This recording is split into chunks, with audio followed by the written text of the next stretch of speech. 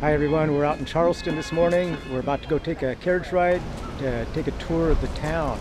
Before we head on over to the barn, I want to say thank you to Ann and Betsy, Karen's South Carolina cousins, for surprising us with this historical tour of Charleston.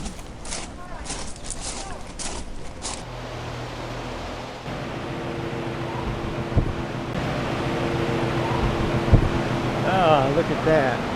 Even they get humid in the summer. Not quite as much as it does here, but they get humid. Diane, party of four! That's us!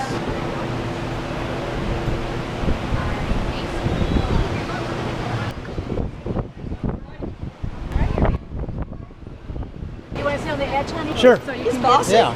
Yes, he is. Well, I'm the camera guy. I have to Maybe you're on the wrong, maybe that sounds better. be. Is it? All right, I'll sit on that side. No, I don't. You know, this whole thing, you can almost have a good seat in the middle because there's nothing restricted. Did y'all see the baby? Oh, cute. He's the newest insurance liability at Palmetto. He just got his teeth and he loves to bite people. Oh my goodness. So you are welcome to visit with him when we get back, but be forewarned, he's a biter. Do they have names? That is Smoke and Mirrors, that's Tom and Jerry, and that's Jon Snow. John and Snow. Where's Donner and Blitzen? I only work on Christmas. Oh, I do want to welcome you all. Good morning. Still morning, everybody. Good morning. My name is Gay. We're going to spend the next hour together. And my associate up front doing the legwork for us is one of my favorites. This is Miss O'Malley. She's unique to the carriage industry here in Charleston in that she is the only second generation four-legged employee. She was born at the farm on Johns Island, so she is also the only native South Carolinian pulling carriages down here in Charleston. Trained locally, she's never left the state, so she's a Carolina girl. If any of y'all read any of the information on the barn doors coming into the barn, these animals only work about 6 months worth of days in a year. There's a California stop. Anybody from California? yes. Yes. Where in California? Los Angeles. Where in Los Angeles? West Los Angeles. That's the name of the city. Okay, no, I'm asking because I moved here from Orange, California. Oh, yeah. City of Orange, County of Orange. Yeah. Came here 6 years ago for a 5-day vacation. Now this is Queen Street. All you can talk about on Queen Street, of course, are the restaurants. We're going by 3 of the best restaurants in Charleston. Poogan's Porch, Husk, 82 Queen. Now Poogan's Porch and 82 Queen have been here since the 70s. They're institutions in the Charleston restaurant scene. Husk, of course, the brazen little sister, sandwiched herself in between 2 institutions in 2010 and was immediately named the #1 new restaurant in the country by a magazine called Bon Appetit. Oh, wow. She's still riding that wave. You'll need a reservation for that one. So we're going to go down King Street in front of us, and all we're going to see modern is pavement and sidewalks. Come on, baby. I want to mention there are fire insurance company markers on the front of each one, all different.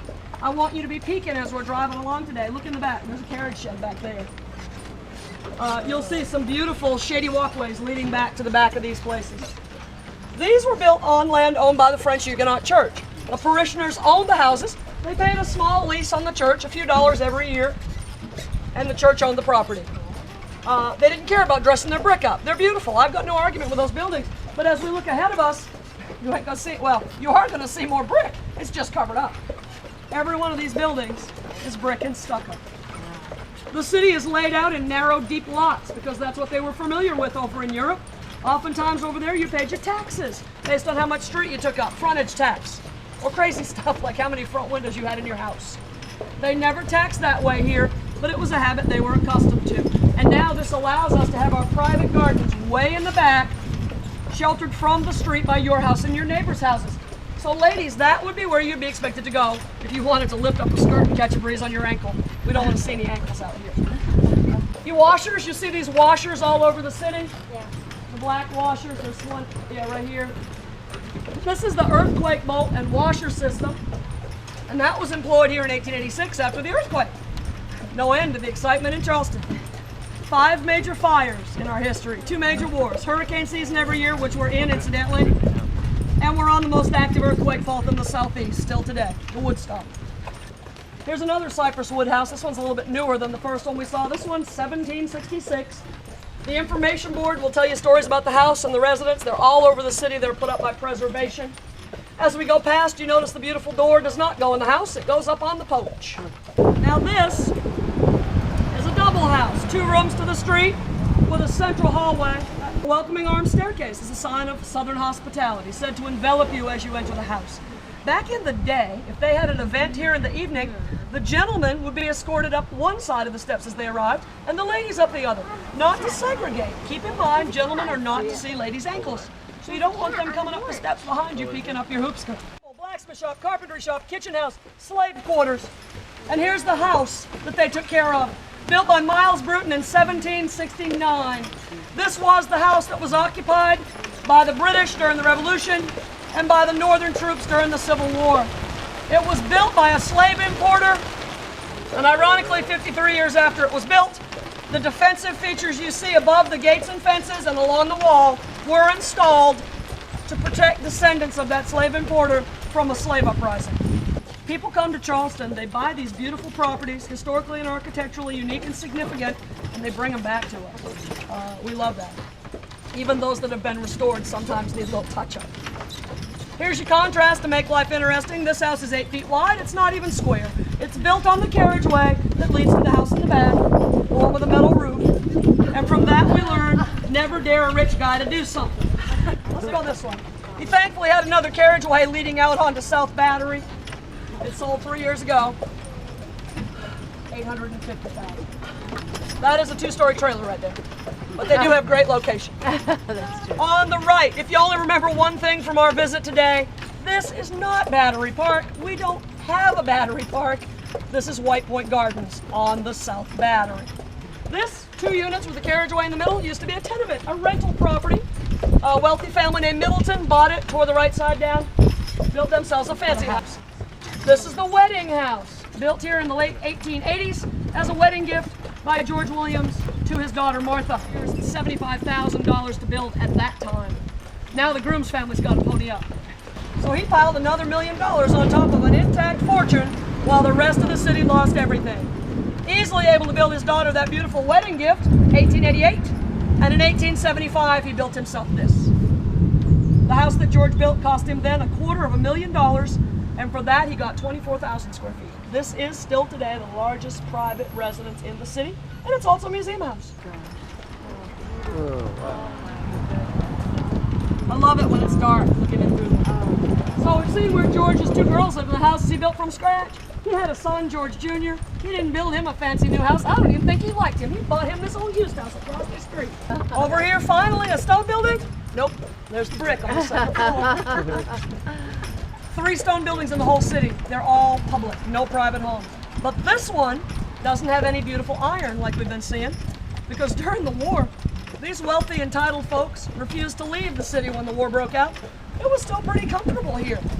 And it stayed comfortable for the first couple of years of the war. They weren't really impacted. They took Fort Sumter back, the first battle of the war, and then kind of nothing happened. What it gave it is a nickname. It's never going to live down. That's the bosom house. And there is an information board on the gate, and that tells you that's where General Beauregard lived while he commanded the Confederate forces. We're going to fudge a little bit. There we go. Come on, baby. Nice shot over here for cameras. Our cobblestone street. I'm not stopping. What did George do? He danced with every one of them before they shut that party down. He was an accomplished dancer. He loved nothing better than dancing the night away. History will tell you his wife Martha, bless her heart, never left the plantation. So George had to go out of town to get his dance on. We're pretty sure Charleston wore him out for a good long time. All right. Oh, and the other fun thing about cemeteries and graveyards, they can flip-flop back and forth. If your church burns down, you don't rebuild it, your graveyard becomes a cemetery. If you start your life out as a meeting house, you don't raid a graveyard, you have a cemetery. But if your meeting house burns down and they let you build a church, your cemetery gets off-graded graveyard. I can't make this stuff up. I don't have to.